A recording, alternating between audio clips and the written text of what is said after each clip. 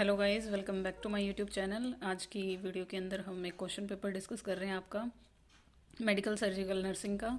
ये आपका BSc nursing third year जो स्टूडेंट्स हैं उनके लिए है। ये एग्ज़ाम आपका 2017 का है। तो अभी आपके एग्ज़ाम आपको पता है सबको आ चुके हैं। 15 तारीख से सबके एग्ज़ाम होने हैं। तो उस एग्ज़ाम की प्रिपरेशन में आपकी बहुत हेल्प करेंगे आपके प्रीवियस ईयर के एग्ज़ाम्स, क्योंकि मोस्ट ऑफ जो क्वेश्चन आपके वो पिछले ईयर से ही उठाए जाते हैं और आपको आइडिया हो जाता है कि कैसे क्या क्या क्वेश्चन पूछे जाते हैं। तो शुरू करते हैं। आपका जो पेपर है वो 3 घंटे का होता है, आपको सबको पता है। और ये जो क्वेश्चन पेपर है इसके अंदर टोटल आपके 5 क्वेश्चन हैं, जिसमें आपको बताया भी गया है कि अटेम्प्ट ऑल क्वेश्चन, सारे के सारे क्वेश्चन आपने अटेम्प्ट करने हैं। कोई यहाँ पे किसी तरह की छूट नहीं है। और आपका पेपर 75 मार्क्स का होता है। तो शुरुआत करते हैं क्वेश्चन नंबर फर्स्ट से। इसके अंदर पूछा गया है Mrs Sunita 35 year old admit in ENT ward. ENT ward आपका कौन सा होगा? ईयर नोज थ्रोट वाला जो वार्ड है वहाँ पे एक पेशेंट आपकी 35 साल की मिसेस सुनीता वो एडमिट है। किस केस के साथ वो आपकी एडमिट है? फेरिंजाइटिस केस के साथ वो आपकी एडमिट है। तो अब फेरिंजाइटिस क्या होता है सबको पता है। Inflammation in the pharynx is called pharyngitis. कितना ईजी क्वेश्चन आपसे 15 नंबर में पूछा गया है। बहुत ही कॉमन सी बीमारी है फेरिंजाइटिस। तो इसके अंदर आपको 3 पार्ट में ये क्वेश्चन पूछा गया है और हर पार्ट आपका 5-5 नंबर का है। फर्स्ट पार्ट में आपसे पूछा गया है describe the causes and diagnostic finding in case of pharyngitis. ठीक है, अब फेरिंजाइटिस की आपने इस क्वेश्चन के अंदर आप एक लाइन में इसकी डेफिनेशन बता सकते हो कि inflammation of pharynx is known as pharyngitis. इसके क्या क्या कॉजेज रहेंगे वो आपने एक्सप्लेन करना है। और फेरिंजाइटिस को आप कैसे डायग्नोज करोगे, कौन कौन से टेस्ट करवाओगे, वो आपने यहाँ पे बताने हैं। सेकंड जो बी पार्ट है इसमें आपसे पूछा गया है discuss the clinical manifestation and types of pharyngitis. Clinical manifestation आप साइन सिम्टम्स को बोलते हैं। तो आपने साइन सिम्टम्स यहाँ पे बताने हैं और ये बताना है कि जो फेरिंजाइटिस है वो कितने तरह की होती है, कितनी टाइप्स हैं इसकी, वो आपने यहाँ पे एक्सप्लेन करना है। नेक्स्ट आपसे पूछा गया है describe the nursing management for the pharyngitis patient. ठीक है, अब आपने मिसेज सुनीता का फेरिंजाइटिस का जो केस है उसके अंदर आप क्या नर्सिंग मैनेजमेंट करोगे। तो यहाँ पे आपने क्या क्या लिखना है? नर्सिंग असेसमेंट लिखना है, ठीक है, नर्सिंग इंटरवेंशन लिखना है और नर्सिंग इवेलुएशन लिखना है। तो ये 3 पार्ट में आप क्या करोगे, यहाँ पे नर्सिंग मैनेजमेंट को डिस्क्राइब करके आओगे।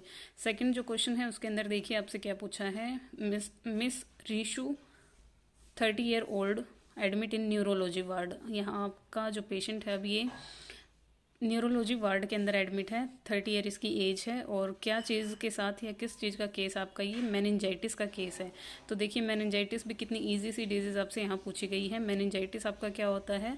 इन्फ्लामेशन इन द मेनिंजेस या फिर मेम्ब्रेन ऑफ द ब्रेन। आपको पता है आपकी ब्रेन के अंदर ये 3 कवरिंग होती हैं जिनको मेनिंजेस बोलते हो। ड्यूरा मैटर होगी आपकी, ये अर्कनोइड मेम्ब्रेन होगी आपकी और पिया मैटर होगी। ये 3 है आपकी, ड्यूरा, अर्कनोइड और पिया। ये 3 मेम्ब्रेन्स हैं जिनको आप मेनिंजेस बोलते हैं, जो ब्रेन और स्पाइनल कॉर्ड को कवर किए हुए हैं। इनके अंदर अगर इन्फ्लामेशन है तब आपसे चीज़ें यहाँ पे पूछी गई हैं। इस केस के साथ आपका पेशेंट एडमिट है। तो ये भी आपका 3 पार्ट में आपसे पूछा गया है और 5-5 नंबर के 3 क्वेश्चन यहाँ पे आपसे पूछे गए हैं। फर्स्ट के अंदर आपसे पूछा गया है what is the aetiology and risk factor of meningitis. अब देखिए यहाँ पे कोजेज लिख दिया था। ईटियोलॉजी कोजेज का ही सिनोनियम है। ईटियोलॉजी का मतलब क्या होता है? आपको कोजेज ही बताने हैं और रिस्क फैक्टर बताने हैं मेनिंजाइटिस के। ठीक है, किस वजह से मेनिंजाइटिस हो सकता है और किस क्या क्या रिस्क फैक्टर हो सकते हैं जिसकी वजह से मेनिंजाइटिस की कंडीशन आपको देखने को मिल सकती है।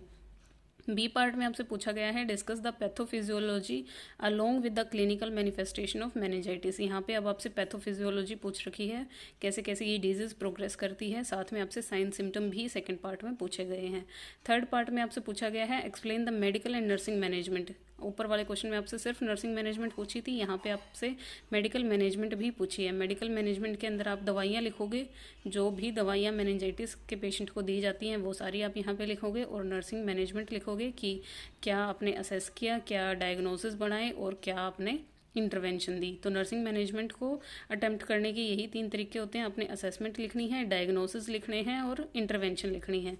ऐसे ही यहाँ पे आपने करना था। नर्सिंग फेरेंजाइटिस है जो उसकी असेसमेंट लिखोगे, भाई पेशेंट को ये तकलीफ है, उस हिसाब से आप डायग्नोज बनाओगे और इंटरवेंशन की उस तकलीफ को आप कैसे रिलीव करोगे। ठीक है, थर्ड क्वेश्चन के अंदर आपसे पूछा गया है मिस्टर राज हैं 40 ईयर ओल्ड पेशेंट हैं, हॉस्पिटलाइज हैं आपके वो 80% बर्न के साथ। अब आपसे ये बर्न वाली यूनिट में से पूछ लिया। ये आपसे ईएनटी की जो आपकी यूनिट थी वहाँ से, ये आपसे ब्रेन वाली जो यूनिट थी वहाँ पे, और ये आपका अब बर्न वाली यूनिट से क्वेश्चन आ गया है। तो मिस्टर राज हैं, 40 ईयर ओल्ड पेशेंट हैं, बर्न यूनिट में वो आपके एडमिट हैं और 80% उनकी बॉडी क्या है, बर्न हो चुकी है। तो यहाँ पे आपसे 2 क्वेश्चन पूछे गए हैं, 10 नंबर का ये टोटल है। फर्स्ट पार्ट में आपसे पूछा गया है explain the type and degree of burn. तो आपने यहाँ first degree, second degree, third degree, fourth degree burn को क्या करना है, डिग्री में तो आप ये सारी चीज़ें लिखोगे और टाइप्स में आप लिखोगे कि बर्न कितने तरह का होता है, जैसे इलेक्ट्रिकल बर्न, सन बर्न, ठीक है, ऐसी ऐसी टाइप्स, केमिकल बर्न, तो ये वाली टाइप्स आपने यहाँ पे लिखनी है। और डिग्री में first degree, second degree, third degree, fourth degree, ये आपने लिखना है। और सेकंड में आपसे नर्सिंग मैनेजमेंट पूछी है एट द एमरजेंसी फेज़, यानी पेशेंट आपके पास आया है बिल्कुल, और उस फेज़ में आप क्या नर्सिंग मैनेजमेंट करोगे बर्न वाले पेशेंट के लिए। फोर्थ क्वेश्चन आपका है define the disaster and right the causes and type of disaster. ठीक है, अब आपका ये डिजास्टर वाली यूनिट से आ गया। डिफाइन करना आपने डिजास्टर या आपदा क्या होती है, क्या क्या इसके कारण हो सकते हैं, और टाइप ऑफ डिजास्टर आपका नेचुरल हो सकता है या फिर आर्टिफिशियल हो सकता है। आपदा जैसे नेचुरल में आपकी ये आ गई, बाढ़ आना हो गया, तूफान आना हो गया, भूकंप आना हो गया, ये आपके नेचुरल हो गए। और आर्टिफिशियल क्या हो गए, मैन मेड, जैसे कि आतंकवादी घुस आए हैं या फिर किसी ने बॉम्ब ब्लास्ट कर दिया है, ये वाला डिजास्टर आपका आर्टिफिशियल हो गया। तो ये टाइप्स आपने यहाँ पे एक्सप्लेन करनी है। उसके बाद नेक्स्ट क्वेश्चन आपसे पूछा गया है describe the role of nurse in the disaster management. अब एक नर्स कैसे रोल प्ले करेगी डिजास्टर मैनेजमेंट के अंदर, या कैसे कैसे पेशेंट्स के साथ डील करेगी। एक तो डिजास्टर वाले मैनेजमेंट के अंदर ये ट्राइज वाला सिस्टम आएगा कि हम पहले तो प्रायोरिटाइज करेंगे, पेशेंट को प्रायोरिटी के बेस पे रखेंगे, किसको इमरजेंट केयर चाहिए, किसको अर्जेंट केयर चाहिए, या कौन वेट कर सकता है, तो वो वाली कंडीशन आपने यहाँ पे डिस्क्राइब करनी है।